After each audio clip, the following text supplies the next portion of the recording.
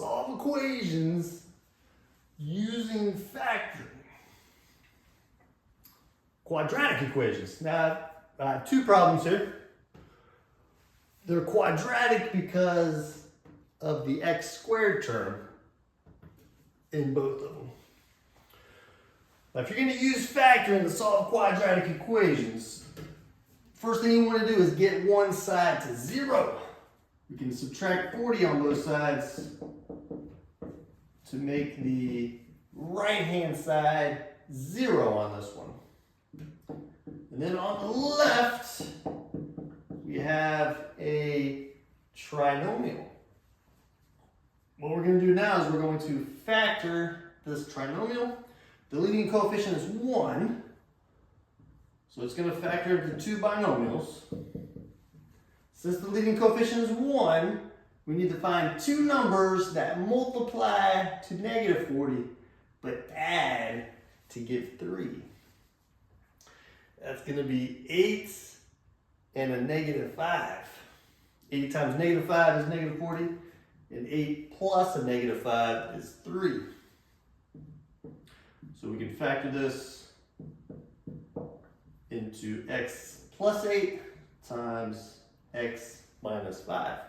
Now the left side is factored, meaning that we have two factors multiplying to give 0.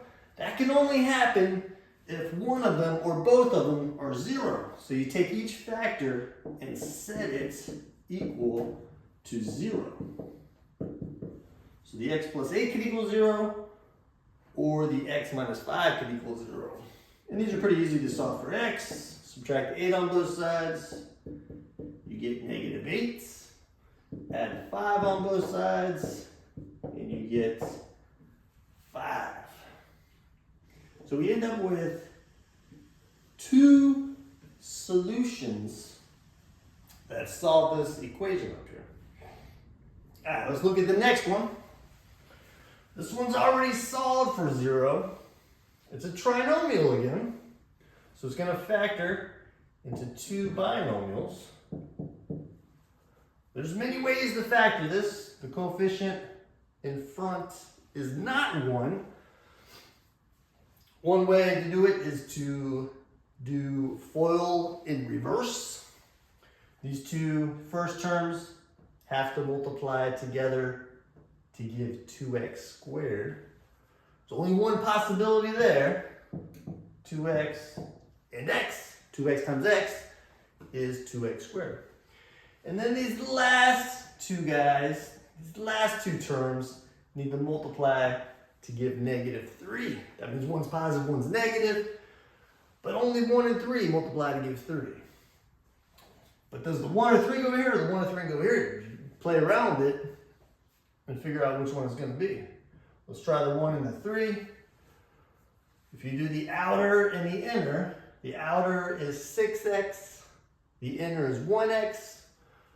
They need to combine together to give you 5x.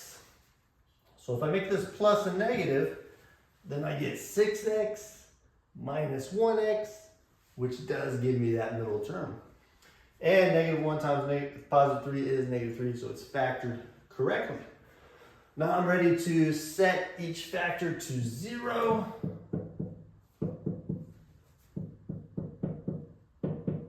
And now it's just a matter of solving each of these for x. We'll add 1 on both sides here. Get 2x equals 1. And then divide by 2 on both sides. And we get x equals 1/2. That's one of the solutions. The other one, subtract 3 on both sides here. And we get x equals negative 3. So this one also ends up with two solutions.